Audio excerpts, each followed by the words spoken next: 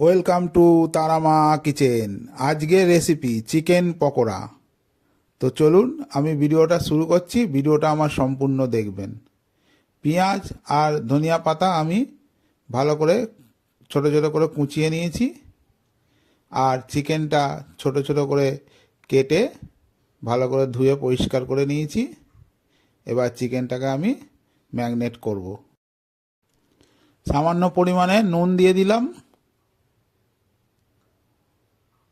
এবার দিয়ে দিচ্ছি কর্নফ্লাওয়ার পাউডার, পরিমাণ মতো দিয়ে দিলাম 3-4 চামচ।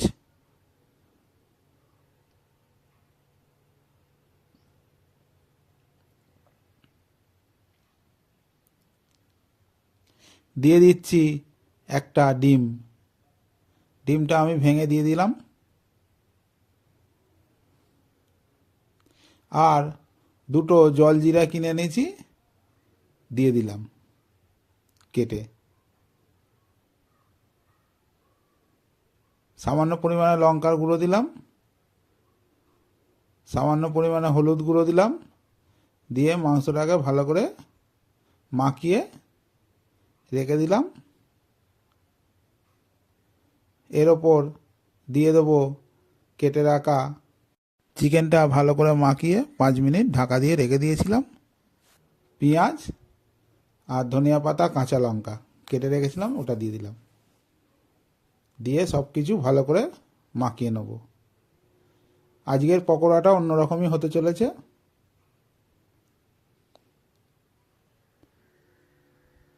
আমি যেরকমভাবে বানাচ্ছি আপনারাও এইভাবে একবার বানিয়ে খেয়ে দেখবেন।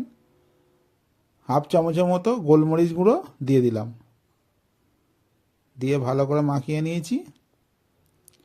এবার মাখাটা একটু ঢিলে হয়েছে বলে 2 চামচ বেসন দিয়ে দিলাম। বেসনটা দিয়ে একদম টাইট টাইট করে মেখে নেবো। টাইট টাইট করে মাখলে তবেই পকোড়াটা বেসনটা ভালো লাগবে বলে আবার পরিমাণ মতো একটু নুন দিয়ে দিলাম। দিয়ে ভালো করে মাখিয়ে নিচ্ছি।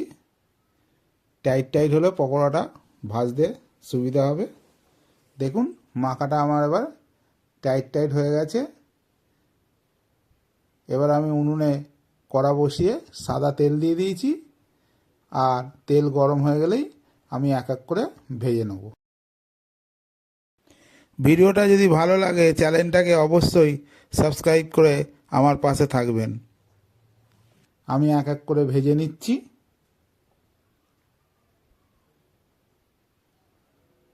এই ঠান্ডায় সন্ধ্যের সময় আপনারাও বাড়িতে বানিয়ে খাবেন চিকেন পকোড়া। আমি এইভাবেই করলাম, দেখুন। বাকিগুলো আমি ভেজে নিচ্ছি। খুব সুন্দর হয়েছে, দেখুন, সত্যিই খুব সুন্দর হয়েছে,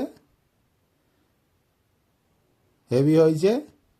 ভিডিওটা যদি ভালো লাগে চ্যানেলটাকে সাবস্ক্রাইব করে আমার পাশে থাকবেন। নমস্কার।